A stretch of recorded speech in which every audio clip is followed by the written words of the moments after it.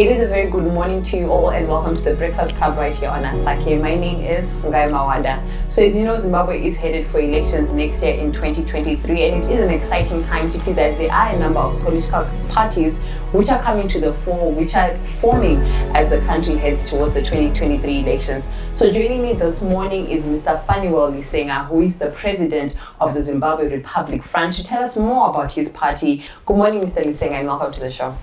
Thank you so much. Hello viewers from wherever you are in Zimbabwe, outside the country. Myself, I'm Mr. Fanuel Lisenga, who is the Interim President of the Zimbabwe Republican Front, a project that was formed at the beginning of this year. All right, so maybe Mr. Lisenga, as you are the Interim President, please tell us more about yourself and how you became the President of the Zimbabwe Republican Front, and maybe tell us as well about the formation of the Zimbabwe Republican Front. Thank you so much, Mr. Fanuel Lisenga. Myself, I was born in Chiredzi. There is an area, if you know, the Tubimkosi Dam, one of the mountains was used as the walls of that dam. So that area, there's an area which is just the other side of the other mountains, which is the wall of the dam. That is the area in a village which is called Badza village. That is where I was born. So it's in Masvingo, a province, and in under Chief Nyajena. That is where I was born. I did my primary school at Kayo Primary, which is a primary school in Triangle. Then I also proceeded to secondary, that is at Mfakose Secondary School. By then it was just a secondary school, not a high school. I did from Form 1 up to Form 4 to that secondary school. After Form 4, then I advanced to A-level. I did my A-level at Teregos High, which is also in Triangle. I majored in commercials. I was doing mathematics, business management, economics, and accounting. That was Teregos. Then after I accomplished my A-level, I had to come to NAST, and I studied banking. That was the period from 2006 up to 2009. So I majored in banking. But you find that I myself, I actually discovered that my interest was in working with people. So the very first time I enrolled at NAST, when I was doing my first year, I joined the government, and I was a teacher in mathematics since my first year.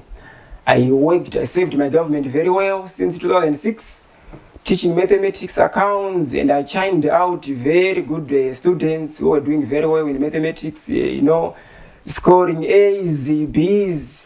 So what happened now is I got a huge following from many students, many parents. They were very happy about the way that I was actually working with them. So up until the time I had to leave NAST, I was already having a huge following. So in government since 2006, I served some schools here in Bulawayo. I taught at Mzilikazi High School. I also taught at Montrose Girls High. I taught at Msitela High School. And over those years, I established, a very good student, what I can just say, a legacy. Some of them are now profile leaders. If you remember the leader of that doctors association, Dr. Magombe, is my former med student, that one as well, and so many others. Even teachers themselves, there are many of them who benefited from my services when I was in the government. So I was in government since 2006 up to 2013, when I then left, and I just became a tutor from that time. All right, so when did you become involved in politics? The reason why I ended up joining politics, you find that, when you're a teacher, you work with people.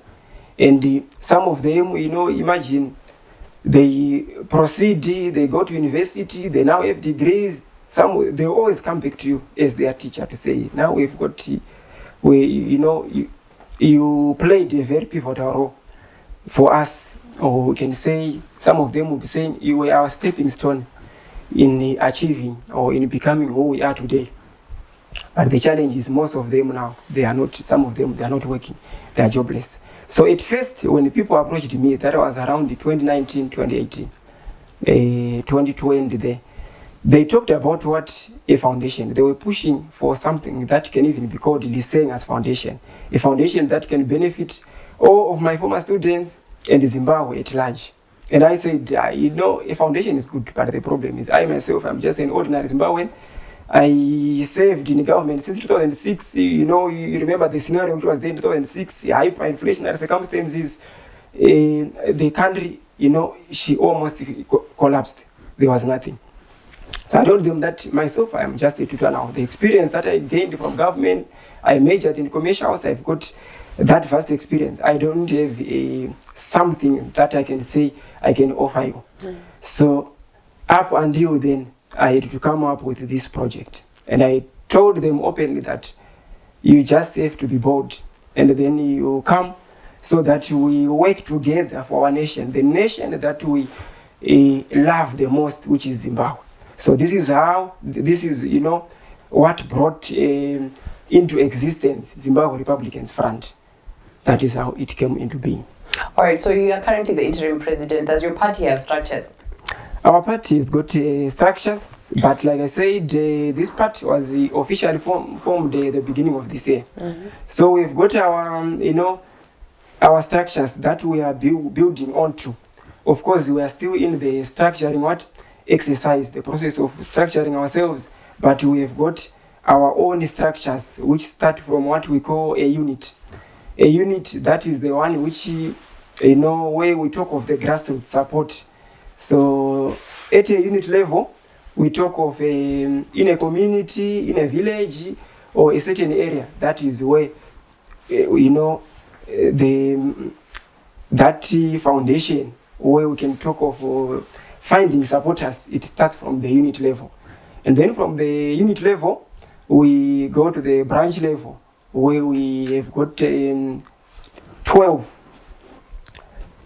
units coming together to form what we call a branch. And then from branch, we go to what we call a district, which will be having 12 branches again. And the people who will be overseeing those, they will be in office for something like 3 years. That is, it's just a part which is at its inception. That is our roadmap. So we are building towards, having something like that. So from branch, we go to the district. 12 branches, they form a district. And then from district, we move to the province. 12 districts, they also form a province. And then from province, we move straight to what we call the central committee. In the central committee, we talk of representatives from our party, from the 10 provinces in Zimbabwe, 250 people in our central committee. And the central committee is the one which, implement decisions, policies, and the like. And then the last level now is the executive committee, which is the one now to implement all the decisions, be it activities, which would have been agreed by those in the central committee. That is how our structures are. We are building onto those. They are in our framework, and it's just a part which we formed at the beginning of this year. We are actually following that. So we have got the structures. That is our structure. All right, so where are you active currently in Zimbabwe? In Zimbabwe, I can say our headquarters is here in Bulawayo. That is where our headquarters is. But we are everywhere now in Zimbabwe. You will find that in Chiredzi, we have got our supporters there. They are building towards that structural framework that I've already explained before. You go to even outside the country, we've got Zimbabweans who are outside the country there. They are also part of us. You go to Harare, we've got some people who are also on the ground spreading the Republicans, they are commiserating about our party, following that structural framework as well. So we are everywhere. All right, very interesting.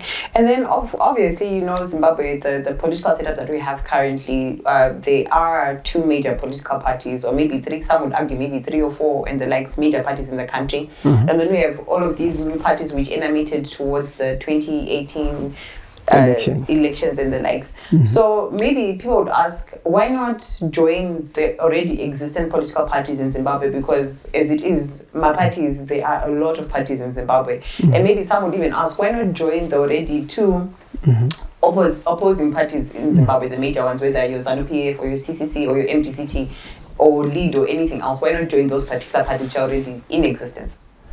Thank you so much. I think to answer that question, I will start by talking about politics. They say politics is a game, and it is indeed a game. So the Premier League in Europe, it wouldn't be that interesting if we were just talking about Manchester City and Liverpool alone. In a democratic country like ours, we talk of, we've got democracy, we can have as many teams as possible. And we talk of that, equal footing on the ground, so that they are also afforded a chance to make the game very interesting. And then, people who are diehard followers of the game of football, they would agree with me when I say something like this. A statement like, this team is big in this arena, that is in the football arena. That statement, someone would agree with me, those who follow football, they will agree with me that it's a normative statement. A statement which is based on value judgments, is a subjective statement which cannot be proved objectively. Why? Because we have seen over the years circumstances whereby, very large teams, very big teams, with decorated, high, prolific and pedigree players, they went on to lose very big matches, and they lost those matches to very small and unknown teams in the game of what? Of football. So just like the game of football, if you look at politics, it's just like that. So it's not necessarily about having a player which was already in the game or having a team which was already there. We can even have, in a democratic country, in this politics game, we can have even as many players as possible. In answering that question again, let me now move into the, before I drive my point home, let me now move into the two big teams in this country when we look at politics. In Zimbabwe, we just have two main parties. That is the Democrats and the Liberation Party, which is ZANU-PF.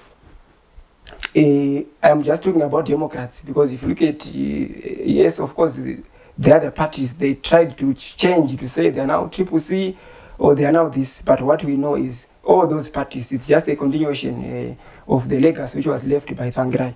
That is the true position which is there. There is nothing which is new. They are Democrats, and you will talk of what? ZANU-PF. Of course, when you look at the Democrats, the main party there which has got a huge following, looking at maybe the rallies that they attend, is the CCC. So let me just talk about those two as I will be trying to drive a point home. I will start with ZANU-PF. ZANU-PF is a party, it is our liberation or political party, and we respect them for that very reason that they did a wonderful job. If you look at most of their leaders, the fallen leaders and the current leaders, they epitomized the list of those who had to lead that revolution and waged a war to emancipate our nation from our colonial masters. So we respect them for that very reason. In 1980, when there was independence, everything kick-started very well. Under President Robert Gabriel Mugabe, everything was going well with their policies. That was that until the period of 1999, when they embarked on that land reform program, which, in my own opinion, I can say the land reform program, it wasn't a bad idea, though. What they just wanted, they wanted a scenario where we have an equal distribution of what? Of the land, so that all the whites, all the blacks, let's just share the resources equally. But our allies, the Western allies, they were not happy. And in my own opinion, I think they were not happy because ZANU-PF they wanted to have an equal distribution of the land, but they were probably not happy because of the way that land reform program was done. I think that is what made them, angry, and they ended up imposing sanctions on our nation. So 1999, post that, 1999, coming to where we are now, we have got sanctions on board. From the time the sanctions were imposed, we actually realized that it was not easy for ZANU-PF now. They were doing their very best, but it's not easy. In Shona, tinenge tichiti munhu akasungwa maoko, kubwisa kwacho kunonetsa, nekuti munhu akasungwa maoko, unokunda sei, how can you run a race? Maoko akasungwa. Even if you do your very best, it's not easy. So after 1999, sanctions are now on board. This economy started to bleed. Unemployment, brain drain, people now running away, even our currency, it started to lose value. Talk of depreciation of the local currency, closure of companies, our civil service, teachers, that is the time when they started to cry foul. And civil unrest, the wages, they were no longer a match now. So from that time up to where we are now, ZANU-PF, they've been struggling. But we are not saying they are not doing their best. They are doing their best, yes, but it's very tricky. With sanctions on board, it will be very tricky for them to manage. Because yes, some people may say sanctions are not there, but what we know is sanctions, they are there. Even those who impose the sanctions, sorry of course, they know. Are sanctions a good thing or a bad thing? If you look at our country, already you are talking from 1999 up to where we are now. Sanctions are not very bad. So remember the point that I'm trying to drive home. We are still on that question to say, why not joining these two parties? So when you move to that ZANU-PF, they are doing whatever. But from the time the sanctions were imposed, we see that they are struggling. So even if we are talking about, let's have only 2 players remain in the game. Even if ZANU-PF remain, yes, if people vote for them, we have to respect the will of the people and rally behind ZANU-PF if people vote for them. But it will be very hard for them now with sanctions on what? On the board. Hence the need for a party as well, which is the Republicans' part, to be on board. Then let me now move on to the other MGC. As I continue, I want to drive that point home that we cannot just be talking of only 2 main political, which you are saying big political parties. Let me now move on to MGC.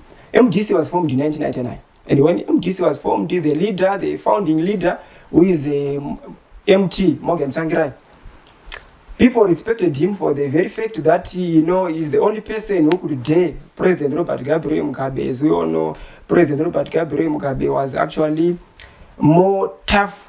When I say tough, when it comes to dealing with the opposition. But Morgan Tsvangirai was very tough. He dared him to speak about the negative elements of the ZANU-PF government, which was there by that time.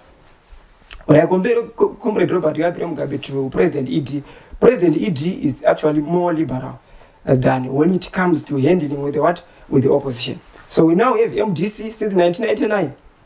They are now on board. People respected them, especially the leader Morgan Tsvangirai for his bravery. In 2008, they almost won the election. They actually won the first round, but their win was only to last for days. After that, then there was that rerun, and then they were discredited, and ZANU-PF kept on winning. So we are talking of MDC now. That's 2008.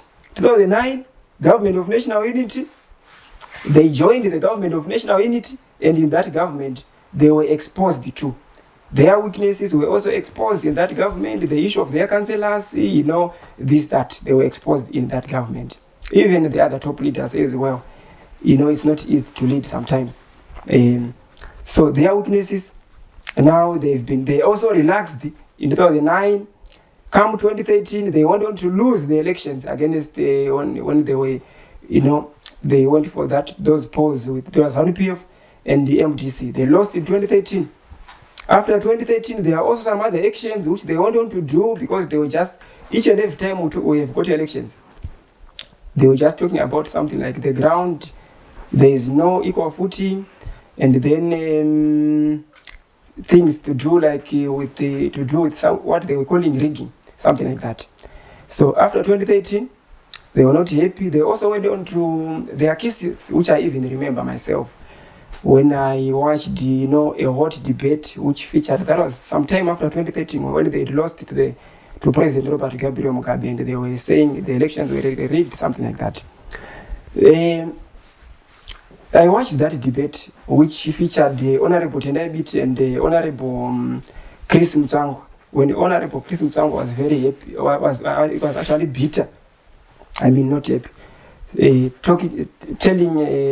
was actually talking to Honorable Beatty, saying, what you people did, you actually sold our country because you had to go and actually invite for more sanctions for our country, something like that. So, and then I said to myself, really, if the MDC, if they've got the people at heart, a nation like ours, and for them to go to West to say, let's have that a case whereby sanctions continue to stand for our nation. But weren't sanctions targeted individuals and targeted companies, obviously affecting ZANU-PF mostly, but mostly ZANU-PF associated companies at the time. Right. So how is their campaigning for ZANU-PF people to be put on the sanctions list a problem at the end of the day? When I was watching that, and I think still on that, you also find that, when you look at those sanctions, when they had to go and also say, let's have a situation whereby continue punishing these people because they were saying the elections that we held, they were not free, something like that. The problem now is this. If we continue doing that, if we leave just ZANU-PF and MDC, we can, continue for an indefinite period of time having this blame game where we say MDC, they lose an election, they blame, they go and say, let's have those sanctions, extend the sanctions. But now, when you look at those sanctions, you talked about sanctions being targeted. The truth about sanctions, yes, they can target to say, we are putting President Mnangagwa on the sanctions list, we are putting this, or if it's a ZANU-PF company on the list. The problem now is, when you look at the situation on the ground, even right now, the targeted people are not the ones who suffer from sanctions. Sanctions are biting. Look at our civil service. The money that they are earning, it continues to lose value. And the people who are affected are the generality of what? Of Zimbabweans, not those targeted people. Yes, they could be targeted, but who suffers at the end, it's our people. So even the MDC, I also feel that if they've got the people electorate at heart, they shouldn't, continue to call for sanctions if really that is something that they did, unless if they are denying, but I watched something like that. So as I conclude to that point, what I'm now saying is this. Still on MDC, there is something which is called predestination. I believe in what is called predestination. It's a concept which was brought by the Boers who came to the Cape during the, those Wenera times long back, when the rand was discovered in South Africa. They talked about what is called predestination. When we say, in this life, when you came to this world, God will already be having a plan for people to say, this thing, if you pursue it well, we are going to do it. It's going to be yours. If you pursue this one very well, it's going to be yours. But kana Mwari akangoti izvi zvisiri plan yaMwari kuti zvimwe zvinhu zviitike, hazviitiki for sure. Chero mukamhanya mukadii, dzinongowa pamwe zvine muchizama asi zvichidi zvichiramba. We are now talking of over 20 years. MDC, they've been there. Since 1999, they went on to lose, and the way they were losing, we just hear stories. So when you look at destiny, maybe, I'm just putting it that way to say, maybe destiny will not be on their side. We never know. We leave it to God though. This is the reason why we are also coming on board to say, why MDC has been there for over 20 years, why not also have our own other project, which can also be the main opposition in this country. So, hence the coming in board of what? Of the Republicans. Because if you just remain with ZANU and ZANU and MDC, we can just continue to have that blame game. And what are the overall effects? We always end up with what we call spillover negative effects, which affect the generality of our people. Our people are the ones who suffer. Nemesis will be on our people. MDC, they lose an election, they start to say, ZANU-PF have rigged. The West, what do? they continue to pile more sanctions. So that's the problem that we are now having.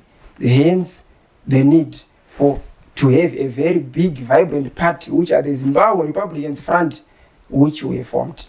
All right, very interesting facts that you bring there. But my main question would be, seeing as how you only formed this year, what are the odds of you guys winning a presidential election next year?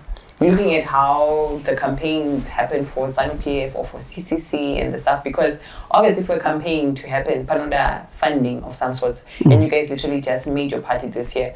So maybe someone would ask, definitely, are you just attempting to join Pollard? Because we know that the lesser parties which don't join ZANU-PF, the likes, they end up going to Pollard, and then there you get remuneration, you get cars, you get so many benefits that come with being part of the political actors dialogue. So is that not your attempt as the Zimbabwe Republican Front?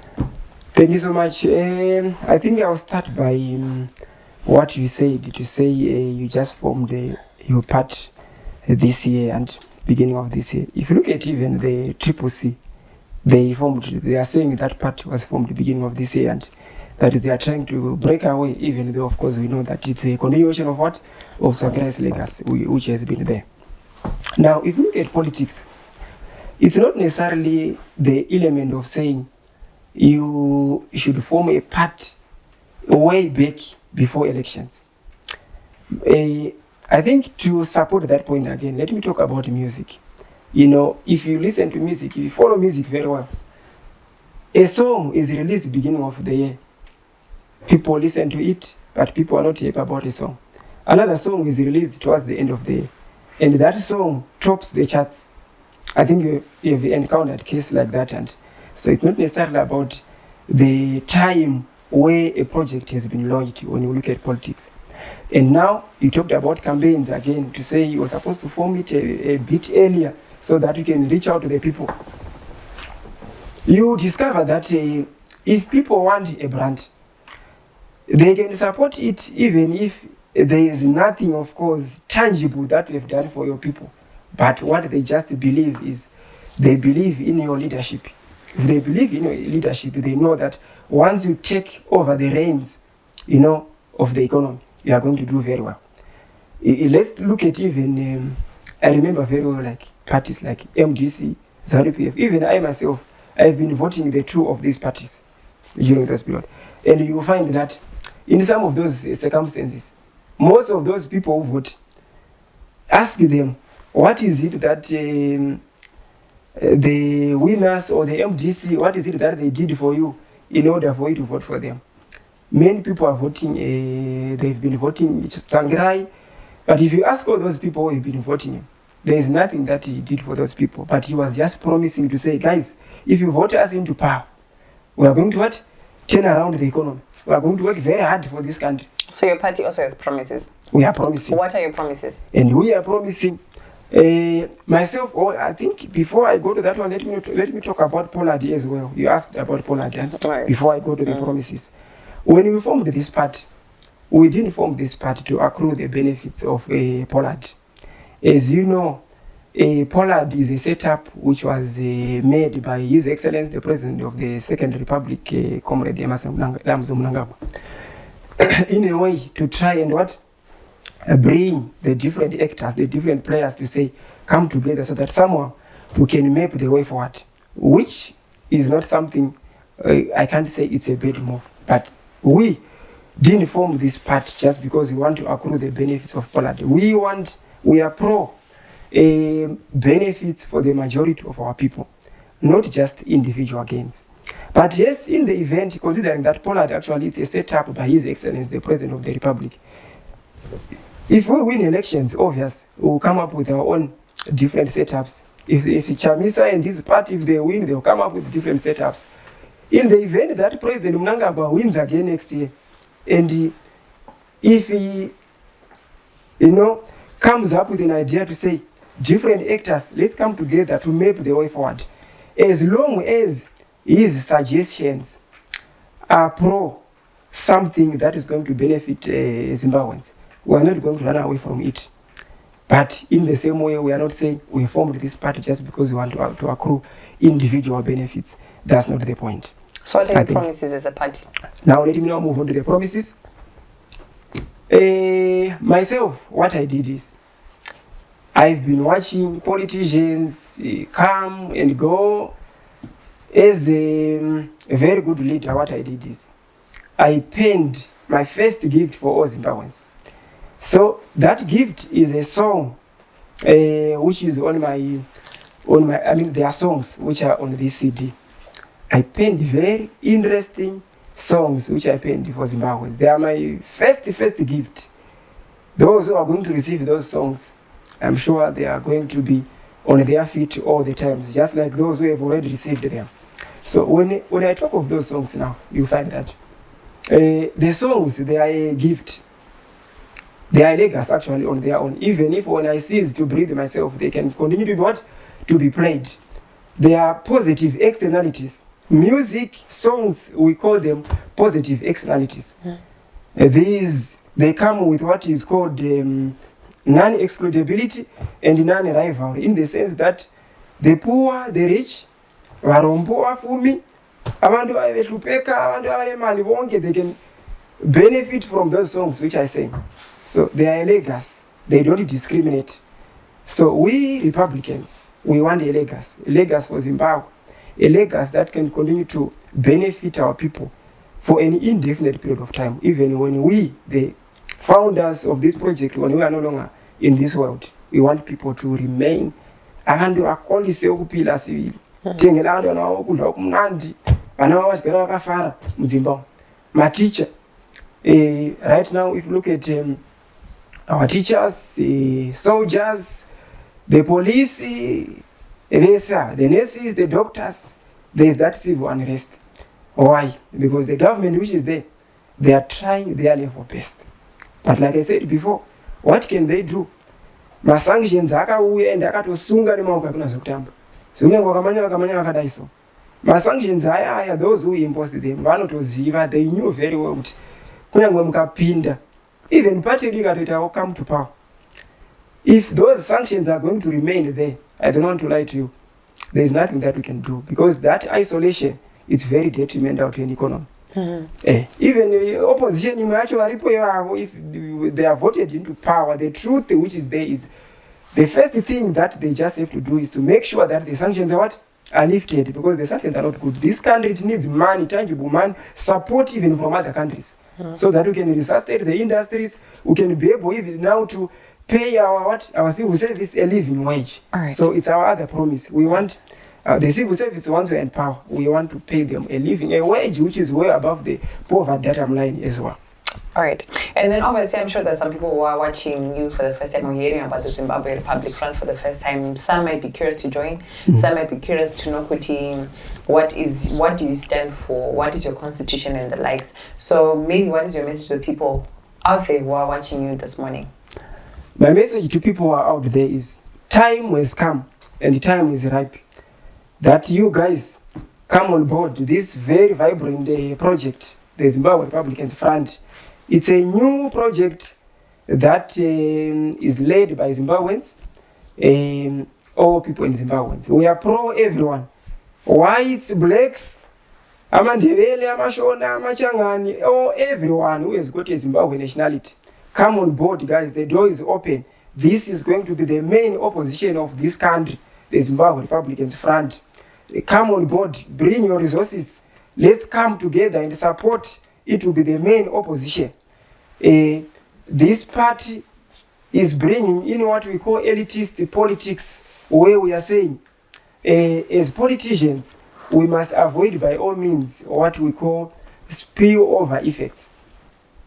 An election ends, we should stand by the winning party so that we support whatever they are doing.